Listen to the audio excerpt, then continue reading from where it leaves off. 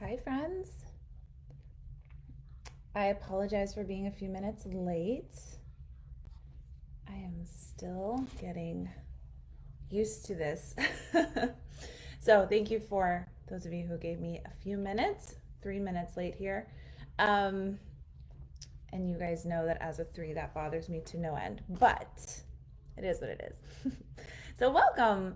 And also, I could not see like 80% of the comments last time. And I think I figured it out and I think I fixed it because I felt terrible. I felt like everyone was commenting and you guys were so generous with your comments and with your thoughts. And I was wanting to be able to interact and I just didn't see them. So today, please don't give up on the commenting. Definitely still interact with me if you're here live because I think I figured it out and I know how to see your comments now. So fingers crossed. But welcome to day 2 of our relationships challenge. I hope you guys have been finding the first day insightful and helpful. I've gotten a lot of great feedback from you guys, which thank you so much. It means a lot when you send feedback my way and let me know what you're getting out of it and what insights are coming up. There's always more to learn, no matter how long you've been doing this work. So today we are going to talk about, though, understanding relationships, the nature of relationships, what they actually mean. We're kind of trying to get down to the base level here, not just of what we've been maybe programmed to think relationships are, or not even what we maybe have in our own type sort of decided that relationships are, because all of that is kind of like layers on top of the core. And it's really helpful to get down to the core of what relationships are in order for us to create healthy ones. And also in order for us to expand and allow for different people to add their own layers on top of the core, but still understand that at the core, this is what we're all sort of not even agreeing on, but just have this sort of base level understanding of what relationships are. And then also, we're going to try and do a lot today. Also, we are going to look at where the relationships between our head, body, and heart kind of break down and how that influences our relationships with others. Because as I mentioned in the first day, what we're doing here in these 5 days is modeling in a very small way the process that I take my couples coaching clients through. And what I do with my couples coaching clients is I don't just say, okay, tell me your problem and now let's like dissect your problem. I say, it's a program and we start first by understanding you, getting to know you first. Then we look at the relationships between your heart, head, and body. And wherever that's fragmented is going to be reflected externally in our relationships with others. So the more we can understand ourselves, the more we can understand the relationships within ourselves, the more we can understand where we have internalized maybe others' perspectives on relationships and have added them on top of the core, which is creating fuzziness and which is creating possible obstacles to entering into really deep, fulfilling relationships. All of that kind of is like this background work before we can even get to the actual issue, the actual pain point, the actual relationship that's causing us strife or argument that we keep going around and around. All of that is kind of on the edges. And what I want to start with is from the inside out. Really find healing from the inside out. So first, let's take a look at what are relationships. A relationship as defined by those who choose to define it whatever way they want, which, by the way, we could get into a whole thing of like who gets to choose what our words mean, but let's not do that today. Maybe another day. But the definition in the dictionary is it's a connection. A relationship is simply a connection. So my hand has a relationship to my arm because they are connected at the wrist. I have a relationship to this room because I reside in it, right? A relationship is simply the connection between two objects and between two things. And so, therefore, the opposite of a relationship means that there is disconnection. Whenever we don't have a relationship with something, we are disconnected from it. I no longer have a relationship with my blanket that I used to sleep with when I was a baby. I am disconnected from that. We no longer have a relationship. It no longer impacts my life, and we don't connect in any way, shape, or form. So relationships, that gives us a very broad um, perspective on what a relationship is. It's just a connection. So we have a relationship with people, we have a relationship with things, we have a relationship to our own inner workings and our own selves. Um, that's helpful for me because a connection can be redefined. A connection, I can maintain a relationship with someone, we can maintain a connection, and also I can redefine the terms of that connection. That gives me freedom. Because I don't know about you, but I feel like sometimes I have like this very limited view of like, this is what a relationship looks like. It's you call me, I text you, we have coffee, we do this, we never fight, we agree on these things and we don't agree on those things. Like, this is what a relationship is. And when we expand a little bit and say, you know what, a relationship is just a connection, and I get to set the terms of how I define and redefine my connections with my phone, with my own internal systems, with my husband, my kids, my best friends. Oh, okay. So this takes away from there being this one way, this one standard, and allows for some freedom and some ability for us to be the own architects of our relationships, which is fun and scary at the same time. Anyone else feel that way? Like, when someone says you have complete freedom to, design X, Y, and Z, it's like, oh, thank you. And then it's like, oh my gosh, what am I gonna do? Like, what? Like, I don't even know where to begin. Can you like give me a template? How many of us are looking for a template? Like, give me a template for how to function in a healthy way. Give me a template for how to interact with my spouse, with my kids, with my best friends, with my coworkers. Like, and so what we are going to do as we are looking at relationships is, I would love for you, your homework and your worksheet is so complex this day. It's literally just a bunch of blank lines from which you can write on, and that's just my like OCD. Okay, so even though the audio isn't perfect, we're just gonna power through. So you just have these lines here. This is just my OCD needing to have like a day 2 worksheet, even though you're just doing a lot of self-reflection today. Um, so I want you to, in your homework, not right now, but in your homework, we're definitely going to start looking, like tearing apart, what have I always thought a relationship, and especially we're talking here not your relationship to your blanket or your hand to your wrist, but like relationships is with other people. How do I define that? What have I always thought a relationship should be? And a lot of Enneagram work, the beauty of it is, especially when we come into interacting with different types, right? So let's say I come in as a 3 and I have my way that I'm like, relationships are this. Um, Spoiler alert for 3s, relationships are transactional. Relationships are, what kind of value do I provide to you? What kind of value do you provide to me, right? That's just, and again, there's nothing good or bad about that. Let's not ascribe moral framework to things that are just instinctual. But when I come in and I say, this is how I feel like relationships are, and then a type 9 comes in and says, well, this is how I experience relationships, here's what it does. First, it blows up your world, and you're just like, what? Like, I don't, what? But then what it also does is it says, well, if my perspective can be valid and their perspective can be valid, and they're just different ways of seeing a core issue, then maybe there isn't just one right way. Maybe there isn't just a should. Maybe there is more expansion in this understanding of relationships, understanding of everything, but for this particular challenge, relationships. And maybe I don't have to function in this one sort of limited expression.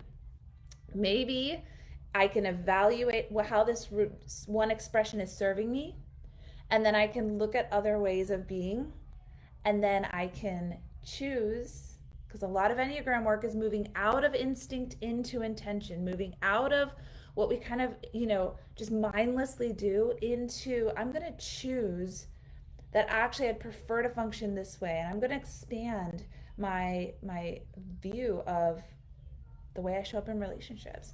And having the permission and freedom to do so is paramount. It's the first step.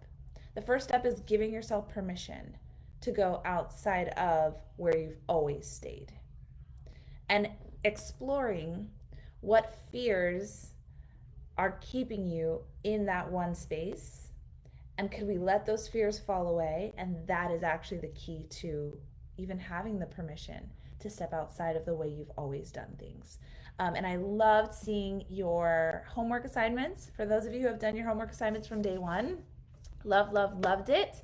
Loved reading all of your comments from yesterday. And one of the things that I saw, which is totally normal, is, because I feel it too, that a little bit of that resistance of, yeah, but I like doing things my way.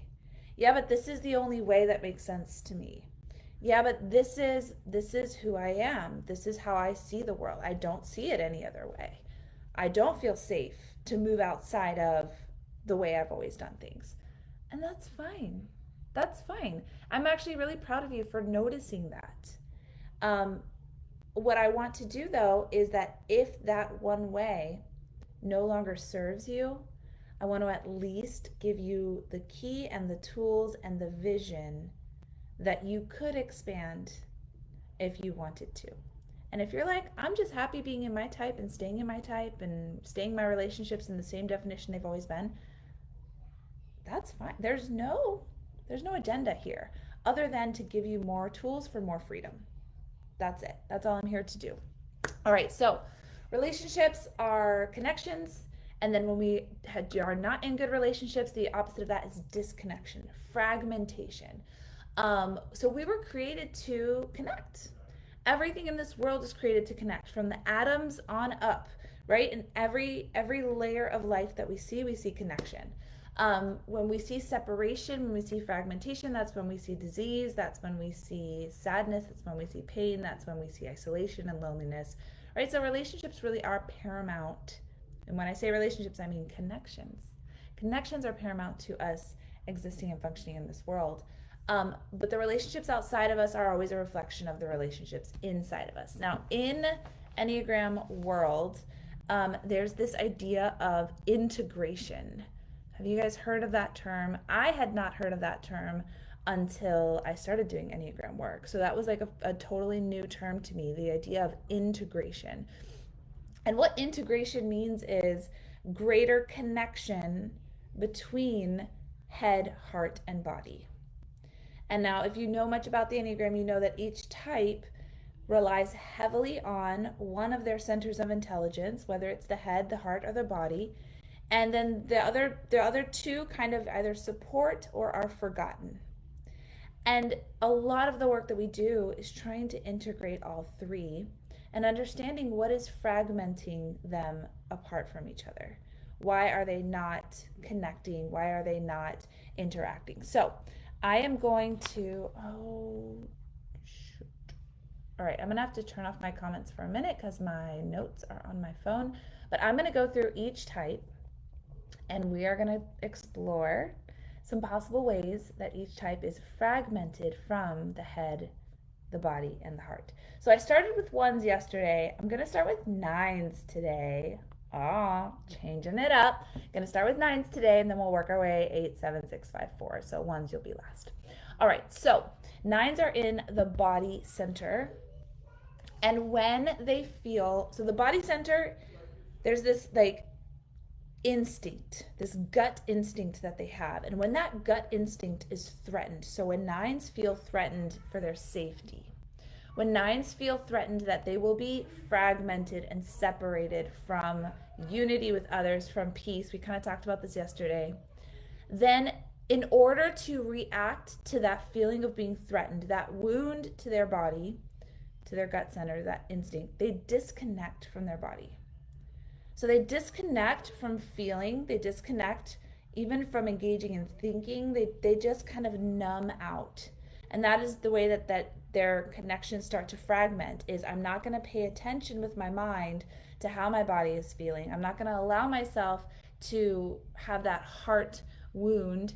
And instead, I'm simply going to dwell on how to maintain peace by kind of floating above everything that's happening. Technical difficulties. Is Mercury in retrograde? Is that a thing? I don't even know what that means, but I just hear people say it when things are going wrong.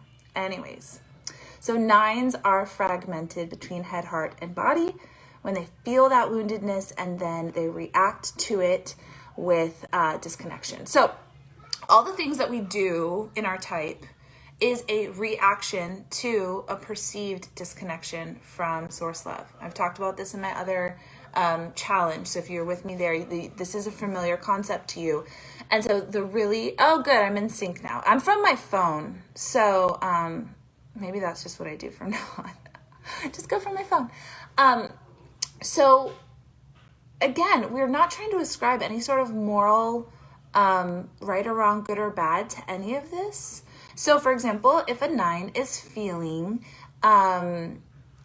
disconnected from their body, from their heart, and it's because they have this fear that if they engage in the world, they will lose those relationships, right? Because if I assert myself, if I get angry, if I show my preferences or stand my ground on certain things, people are not going to want to be around me. So I'm just going to disappear. I don't matter, right?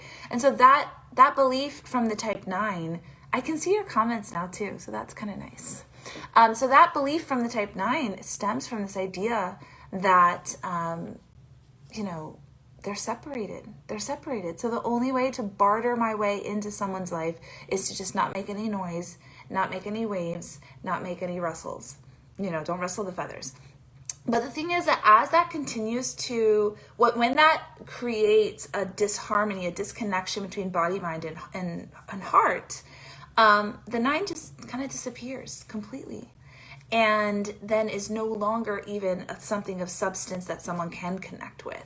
So the very thing that the 9 is fearing, that disconnection, and so they kind of try to ends up happening, and this is what happens with all of the types. The very thing that we're fearing, we try to keep it from happening, and in doing so, actually facilitate it happening. And so none of this is good or bad. It's just kind of painful and disappointing. And again, I'm just trying to give some expansive freedom and other options for us if we so choose to step into growth. So how can a 9 reconnect internally and have a better relationship between body, heart, and mind? Well, for 9s, it's going to involve engaging. So if you're a 9, I would like you to take that as a note. You are going to need to engage in order to reconnect your heart, body, and mind. And the more connected our heart, body, and mind is internally, that will reflect externally into our relationships with others. So type 9s, pressing into your worth, pressing into how much you matter, and allowing yourself to be present in your thoughts, be present in your heart, and be present in your body all at the same time. Some practical things you can do, 9s, is exercise, even if that's just walking, breath work, and also journaling to get your thoughts out onto paper so that you can view them and interact with them and sit with them and be present with them. All right. Now let's go to 8s. 8s can be fragmented between their body, heart, and mind when they feel threatened, right? For 9s, it's when they feel possible disconnection and fragmentation that they're going to react. For 8s, it's going to be when they feel threatened. And as I mentioned yesterday when I was kind of doing a little coaching on the 8s, what feels threatening to an 8 may not be what other types would even think would be threatening. What happens is when our attention is on something, then I see things there that if I was just sort of looking at other stuff and glancing at it every once in a while, I wouldn't notice as much. So when an 8's attention is focused on, you will not dominate me, you will not control me, you will not manipulate me, and that's where the focus of attention is on, they're going to see threats even in things that maybe the rest of us wouldn't perceive as being threatening. For example, someone having, okay, did I lose you guys? Okay. For example, someone having needs. Like if somebody is just like, hey, I need you to do X, Y, and Z, and 8, because they're already focused on do not control me, do not manipulate me, is going to feel like, why are you manipulating me? Why are you controlling me? And just, we would never, other people and other types would not perceive that as being a threat. But for an 8, that is perceived as being that threatening to control me. Okay, so this is where having conversations and knowing that there's this framework for 8s, then having conversation with 8s and saying, hey, you seem to react pretty powerfully to this particular request that I had. Are you feeling threatened? Are you feeling like I'm trying to control you or manipulate you, right? So even though it doesn't, to other types, it would be like, that doesn't seem that way. We have to be curious. We have to understand the framework and then get curious within the framework in order to get to the root problem of what's going on. So when 8s do feel that disconnection, that threatenedness, they shut down their heart. They shut down their heart. It's a fear mechanism. And their body kind of numbs out. Their body kind of just, they completely don't feel any weakness in their body because they don't allow themselves to be weak. And when they don't allow themselves to be weak, their body could be telling them, hey, you need to rest, or hey, we need to slow down. And the 8 just will not even feel it. It's not even like they're trying to push it aside. It just doesn't come up as like something that's on their radar screen. So knowing that that's the disconnection that can possibly occur for 8s between your mind, body, and heart, a good way for 8s to kind of combat that and reconnect those 3, and in order to, right, the more connected we are internally, the better we are to connect externally, is to get into their bodies. All the body triad, they're going to be getting into their bodies. Really breathing into your body, being mindful of your body, even doing some deep relaxation techniques to allow yourself to feel even the blood pumping through your arteries, like even down to that level for 8s to get still enough to connect with their bodies. And in that moment, what the 8's healing message is that you are safe. You are safe. Because our brain, the brain is constantly telling you something different. The brain is constantly telling you you're not safe. They're trying to manipulate you. They're trying to control you. The minute that you can regulate that instinct with the prefrontal cortex, that's a lot of what getting in our bodies does, is it slows things down enough for us to activate our prefrontal cortex, which is what kind of is like the manager of all of our instincts. So if our instincts are saying one thing, in order for the manager, our I know better part of us, to kick in and to really speak to us, we have to get still and slow and in our bodies. And then that can kick in and we can start reconnecting heart, mind, and body, and have that deeper connection and groundedness from which to engage in our relationships.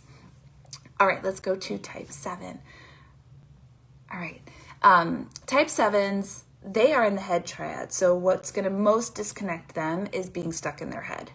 Having these swirling thoughts that are fueled by fear, the fear of discomfort, the fear of boredom, the fear of stillness, silence, and solitude, the fear of being alone with their deepest, darkest thoughts. All of that is going to have the 7. If I can swirl around in my head, then I don't have to face that. There was this illustration. I'm reading Untamed by Glennon Doyle. I know I already mentioned it yesterday, but I don't want to take this as my own because I read it from her. So I'm trying to give credit here, but she had this amazing illustration of like this snow globe that she had, and there's this red dragon inside of it. And when she turned the snow globe over, she couldn't see the red dragon. So all the snow is swirling. But as soon as it got still, then she had to face, and the red dragon was like the problem, right? And 7s don't want to face the problem. None of us do. We all want to swirl around. We all do it in different ways. But 7s, easiest to see this happening with 7s, where if I can just keep the snow swirling, I never have to face the dragon. I never have to look at what's really rearing its ugly head. And the reason why they don't want to look at that, though, isn't because they're like shallow or whatever. It's because they don't feel like they can handle it. They feel like they'll be lost, they'll be overwhelmed, they'll be overtaken. And a lot of these, I just want to present to you that a lot of Can you guys see me? All right, when we still the body, that's when we're able to listen to our thoughts, and that's when we're able to feel our feelings. So it usually does start with, and then after we still our bodies, after we kind of, and stilling our bodies can mean a lot of things, right? Taking a walk can be stilling your body. Because what it does is it's this rhythmic motion that allows you to stop all the doing, right? You're just walking, you're just jogging, yoga, stretching, like those kind of things can actually be stilling the body, but as well as meditation. So when a 7 stills the body, then it can reconnect with its heart. When a 7 reconnects with its heart and remembers what its purpose is not to avoid pain. Its purpose is to be present in life and experience the most out of life. That's what 7s really desire more than anything, to experience the most out of life and be present in life. And then they try to swirl in their thoughts, and it distracts them from actually what they're craving. That's why 7s never feel satisfied. And so a great way for 7s to reconnect is just that, getting in your body, remembering your purpose. That could be a great mantra for you to come back to if you're a 7. Remember your purpose. What is your purpose? What is your purpose? That brings them down out of the head, out of the swirling thoughts and planning, and into their hearts, that they can move forward. All right, 6s. 6s are also in the head triad. So they are disconnected from their internal knowing, right? That internal voice, that internal truth, 6s are disconnected from it and fragmented from it. And when they don't trust their emotions or their thoughts, then they're disembodied from their intuition. They come apart from their own inner knowing, and then what that does is perpetuates a fragmentation in their relationships as well. Because if you are disembodied from trusting yourself, you have to trust others, but then what if others let you down, right? If others let you down and you can't trust yourself, you're sunk, you have nothing. So the more that 6s return to their intuition, return to their inner knowing, then they can have better relationships, that the whole world isn't weighted on that, right? If they text a friend and the friend doesn't get back right away, they're not sunk, because they have some sense of inner knowing and embodiment.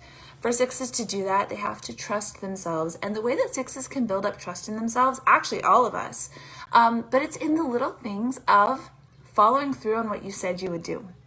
So I have a client who's a 6, and she's incredible, and she wanted to start working out again. But she had this narrative that she could never be healthy, she could never work out, she could never find, the consistency that she wanted.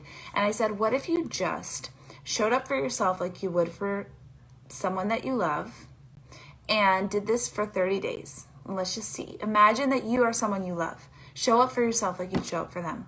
And so she did. And she ended up becoming like a freaking fitness coach. She's in incredible shape now. I mean, this was years ago. It happens over time. But her keeping her promises to herself built trust in herself enough to be able to, little by little, build enough trust to trust her inner knowing, and her relationships transformed without her even trying, because your external relationships are an extension of your internal environment.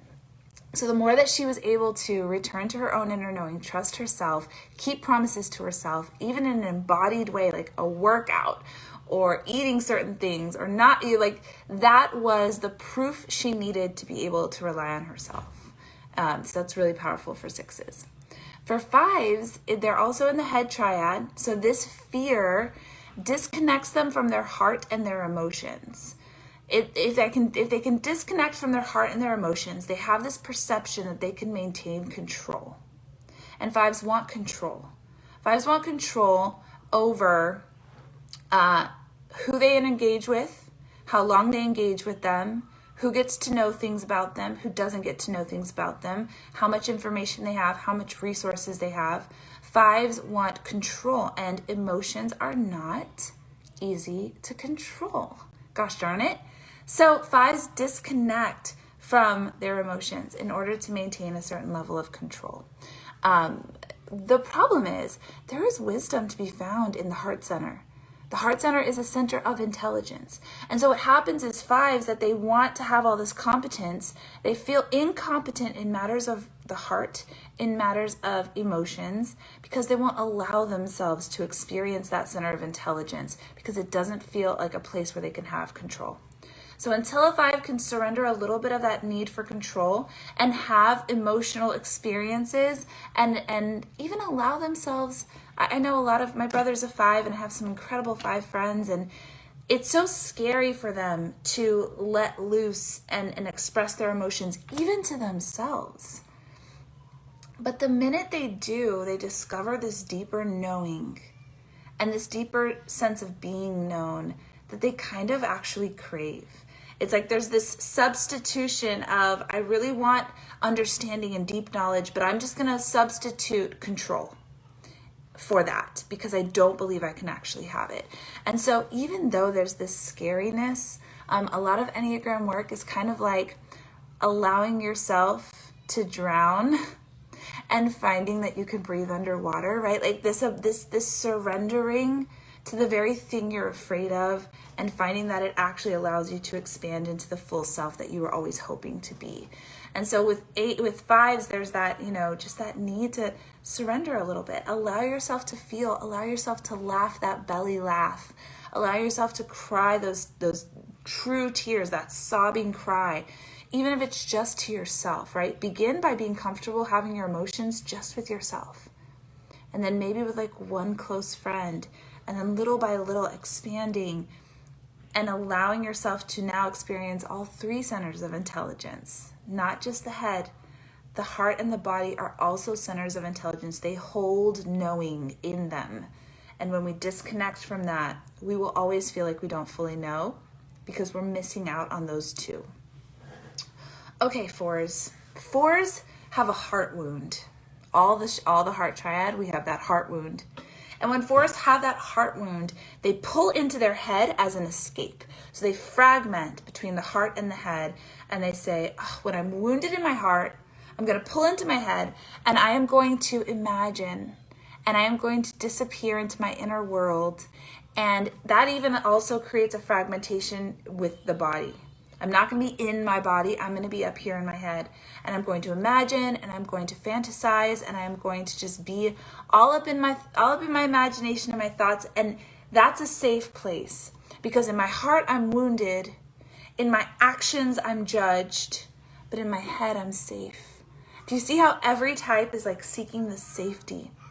Safety is so important. We're going to talk about safety when we talk about us, understanding us and how that intersects and where we're looking for safety, where we feel like we don't have safety. That is probably the central, most important part when we're doing an exploration in relationships. But if you can notice, every type is looking for safety. They fragment between head, body, and heart in order to find safety, in order to maintain control. Because when all 3 are connected and all 3 are flowing, that requires me to surrender, and that requires me to let go of some control. And that feels scary. So I'd rather just fragment everything. When a 4 feels the heart wound, they go into their head. They're going to disconnect from their body, and they're just going to live in their imagination in that inner sanctum because that feels safe. And again, your external relationships are a reflection of how that internal relationship is going. So part of your homework, guys, is going to be, where are you fragmented? Where has what you've learned about where you're fragmented in your head, body, and heart expressing itself in your external relationships? 4s, where is being safe in your mind keeping you from engaging with others, being in your body and feeling in your heart and connecting with others? And where is that missed connection coming back to you as, see, I told you so, you're missing something. You can't even connect. And it's like, well, yeah, you can't connect because you're fragmented internally. And as soon as that connection returns, you'll find the connection with others that you need. But that reconnecting has to come through a resting in safety and security. And when that resting in safety and security is yours, boom, boom, boom. Everything just like choo, choo, choo, choo, choo, clicks into place. I'm not saying it's easy. I'm just saying knowing that, how that is the process, helps us so much to not try to like force a connection when it's like, well, but there's fragmentation internally. You know, like you're working against yourself here. If you're trying to start from the external in, we have to start from the internal out.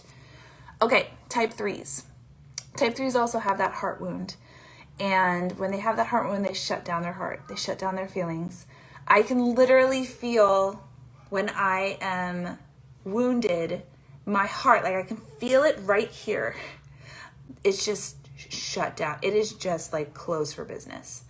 I can feel it just energetically. There is just nothing happening. And then 3s also hold in their body the emotions because they're not letting their heart feel them. The emotions get trapped in their bodies. This goes for actually a lot of different types, but definitely with the 3 we see this. And then what the 3 does is they go up into their head and they try to strategize. And they try to strategize a way to get what they need without having to feel and process emotions in their body. I'll just outsmart, I'll out strategize, and I'll figure out a way.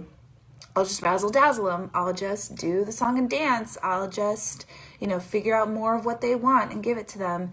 And what happens though is that's going to create relationships that are shells with no substance, which is the 3's greatest fear.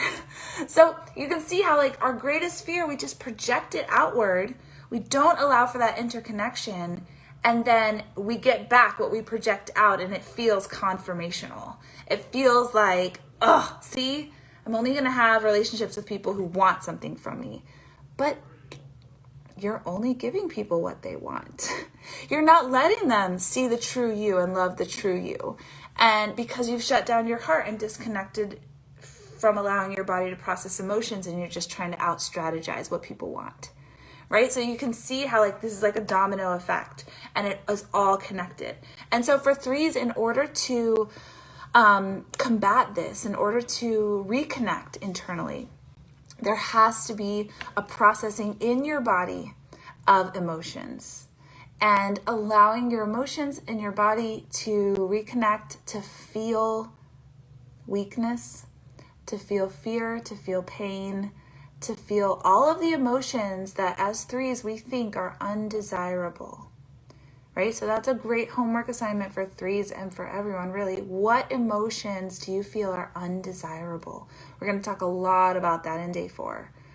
What things do we not allow ourselves to feel or be or think or do is usually what we do not accept from others to feel or think or be or do. So you've heard that phrase, I can only love others to the level that I've loved myself. Boy, is it true. Boy, is it true. I can only love the things in others that I have learned to love in myself. There is no way that I can accept weakness and the status quo and not even trying from others if I don't allow myself to ever be weak or ever have status quo or ever have a day where I'm not going to try today. Like, let me tell you, that makes me really uncomfortable. I'm not just trying to make you guys uncomfortable. I make myself uncomfortable sometimes. The idea of having a day where I'm not even trying to be the best is like unconceivable. So that means I'm probably not going to let other people or accept or love or cherish or value or allow other people to have those kind of days either, right?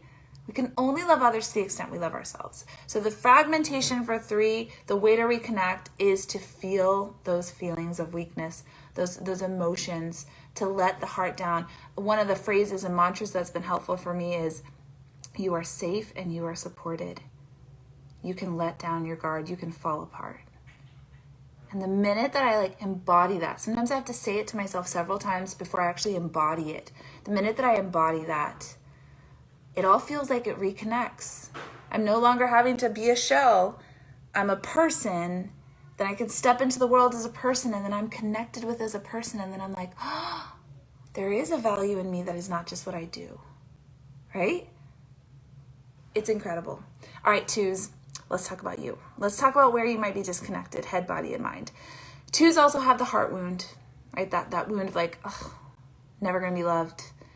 They disconnect from their body because they see their body as just a sack of needs, just a flesh sack of needs, like this old body bag, this old skin sack, like it's just so needy. So I'm just going to disconnect from it. I reject this neediness. I am above it. That pride of the twos. I'm going to disconnect from what's real, and I am going to pretend that I can be the source for everyone else. And then I'm going to expect that others will return the favor. And that's where I find my connectedness. That's where I find my worth, right? So when twos, though, when they disconnect from their body, there is a knowing in the body that we need. They disconnect from their own intuition. Then their mind just swirls. And their hearts are, interestingly, twos have a heart wound. Their hearts are open, but their hearts are, they're not allowing themselves to heal. When we don't process in our bodies, we don't heal. One of my friends who's a therapist says that trauma is simply things that have happened to us that we have not processed with all three centers of intelligence. Let that one sink in for a minute. Things that have happened to us that we have not processed with all three centers of intelligence. Sometimes two feel these wounds in their heart, but because they're not connected to their body, they're not processed through their bodies. So their heart just stays wounded. And then even the tiniest prick, you know, when you have like an open wound or you have a fresh bruise, the tiniest poke that someone wouldn't even feel if they didn't have that open wound is excruciating when that open wound is there. So for twos, there has to be that connection back to your body, a connection of compassion towards your body. It is not just a sack of needs. It is you. It is part of you. It is worthy of love. It is worthy of love. So as twos love their bodies, as twos get into some of that self-care, as twos start to feel the pain and process it through their bodies and say, you know what, actually I'm not okay. I can't give to you right now because I need to receive some healing balm. I need to receive some medicine for this heart. I need to go to therapy. I need to process, and not process so I can come back and give, just process because I'm worthy of processing it and I'm worthy of healing. Then the two reconnects with all three centers. Their thinking is clear. Their hearts are healed. Their bodies are recognized and loved. All three of those centers are processed and connected. And then the two is like, all right, let's get back into relationships. I can do this. I can do this without fear, without hustling for my worth, without having to prove that I'm someone who's worth spending time with. So good. All right, type ones. Let's finish up with type ones. I am so proud of myself, by the way, for actually finishing this training. Good Lord. Okay, type ones. Type ones had that in the body triad, right? So they have that gut, like instinct in their bodies. But the wound for ones is I am irredeemably flawed, right? So who I am is irredeemably flawed. And so when they get that wound, they want to disconnect from their feelings, because imagine if you walk around with this believing that it's true that you're irredeemably flawed. I mean, your feelings would just tear you apart. So ones just really disconnect from any feelings that are not the right feelings, right? Again, this grasping for control. If I know the right feelings and I feel the right feelings, maybe I'll be good enough. And then ones also kind of disconnect from their mind, because in their mind, they have this like internal critic. It's almost like the bully on the playground. You're not going to want to go to the playground. You're not going to feel safe in the playground if there's a bully there. Ones feel like they have this bully in their minds, and so they would just rather not spend time connected to their minds. They're going to think, but they're going to kind of pull from other thought leaders. Well, what should I think about this? What is your perspective? Tell me what's the right thing to do.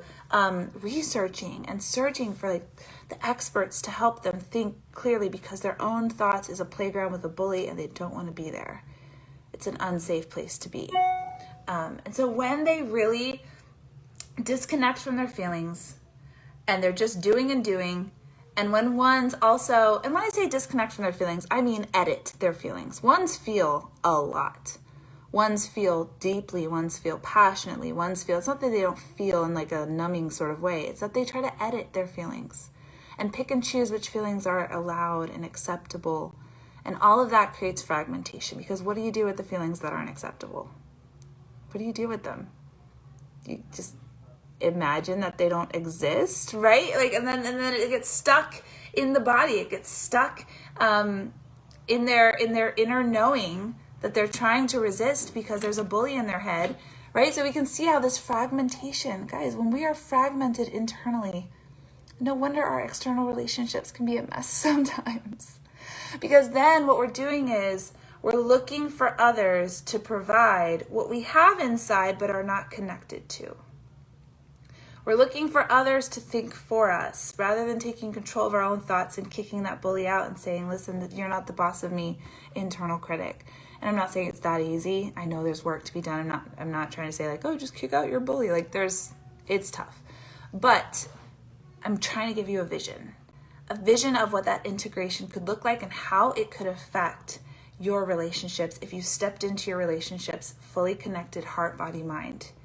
We wouldn't be looking to others for the things that we already possess inside but are not connecting with. So much of this is alignment and reconnection. And when we reconnect internally, we can reconnect with others. Okay. We did it. I am looking forward to editing this though and just like having it very nice and streamlined. But I do want to open up to any questions since I can actually see your comments now. And we are connected-ish. I would love to just open it up for any comments. And I know that the comments are like a little bit delayed, so I will hang out here for a little bit. Let me see some of the other comments that are here. Sandy says, we're looking to provide what we have inside but are not connecting with. Yeah, we're looking to others to provide what we have inside but are not connecting with. And that, we're going to talk about that a lot more as we go along. The idea of if I need something from someone, it's hard for me to love them. And it's easy for me to get resentful. And it's easy, how do we see others as beings that exist to produce the things that we need? Or are they people to connect with and love? And the more that we need people, the less we can love them. So there's gonna, a lot of inner work has to be done in all of us to say, hey, maybe I have that within and I've just disconnected from it. I've just fragmented myself from my heart, so I'm looking for someone else to love me. I've just fragmented myself from my inner knowing, so I'm looking to someone else to make the decisions for me. I've just fragmented myself from my own sense of worth and security, and so I, am looking for relationships to affirm X, Y, and Z for me, right? We're always looking outside for what we have inside, but maybe are disconnected.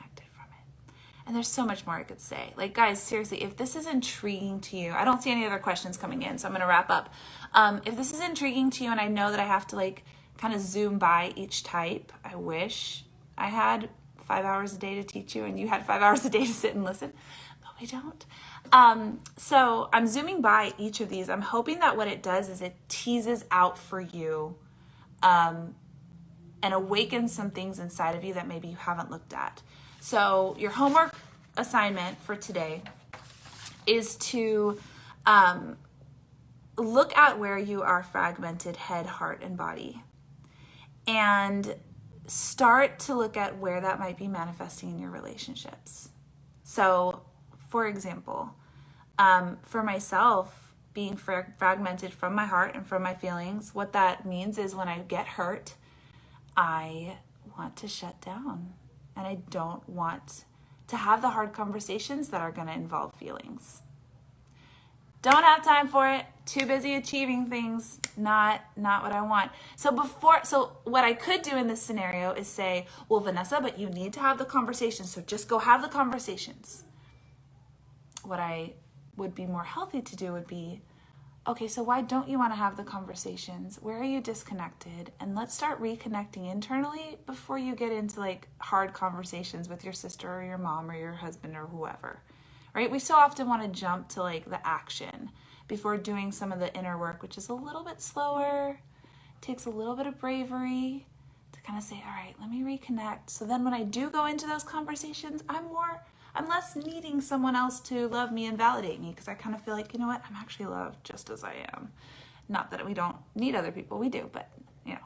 All right, I see some questions coming in. Each triad group integrate in the same order. I'm so sorry, I don't understand that question. But if you are asking if they integrate like body first, then mind, then heart, I do believe that we often start with the body, because when we can slow down the body is when we can notice our feelings and our thoughts. So it usually does often start with the body, no matter what triad you're in. And then depending on your triad, you're going to just be able to pay a little bit more attention to knowing which one seems to be more disconnected. Is it heart? Is it head? Is it body? All right. As a 5, letting go is like relaxing while being in Devil's Snare and Harry Potter to survive. You have to let go of control. Yeah, that is such a good way of putting it. That is such a good way of putting it. It's almost like quicksand, right? You know, when you sink in quicksand and they tell you like, don't fight it, lay down flat, and then just kind of like shimmy your way out. It feels counterintuitive, but it is powerful. It is powerful. I have come to this class at a time when everything I believe about life has been torched. Oh, you're in good company, my friend. I think we all feel a little bit like that, maybe. I know I do. And I am rebuilding, so I don't know what to ask. That's fine. That's fine. Sit with it. Sit with it. I often do that too. I'm like listening and I'm taking notes from teachers, and I'm like, oh, this is resonating, but I don't really know how. And it takes me a couple days to like take some notes, do some contemplation, go for a walk, stand in the shower a little longer, get into those places where your body is just kind of like away from work, away from people and all that kind of, and just like, all right, let me just let this simmer in, because when things are torched, it is very disorienting. So I just encourage you, like, just take in what you take in. And as a 5, because I relate a lot to 5s, I won't get into that why, but I do. And as a 5, let me just encourage you to be comfortable with not rebuilding just yet. I know we all just want to like, my life's in shambles and I just want to know how to fix it and get back, and what do I believe anymore? And I want to reestablish those pillars in my life, right? Even relationships. Like, I don't want to redefine my relationships. They're pillars, and I want the pillars, and I need the pillars. And I wonder if some of the work is being comfortable in floating. Oh, Sandy, you're a 9. I'm so sorry. I don't know why I thought you were a 5. My apologies. But being comfortable in the floating without the pillars for a little bit. Because sometimes, you know what that does? It shows us that we're okay without all the things we think we need. We think we need to know, and we need to have stability in certain areas, and we need to have this and that. And I'm not saying we don't, obviously there are certain things we need, but like being comfortable in the floating, that's part of the work. The more comfortable we are in the floating, the easier we can integrate and the easier we can engage in relationships. Okay, friends. Gosh, you are just the best. Thank you so much for hanging with me. I have a lot of editing to do now to make sense of that jumbled mess that we just went through, but thank you for being here. I'm so glad we got to connect. And I will post another post with an ask for your homework. Keep sending in your homework. I love seeing the homework from day 1. I can't wait to see what you discover from day 2. And I will see you guys later.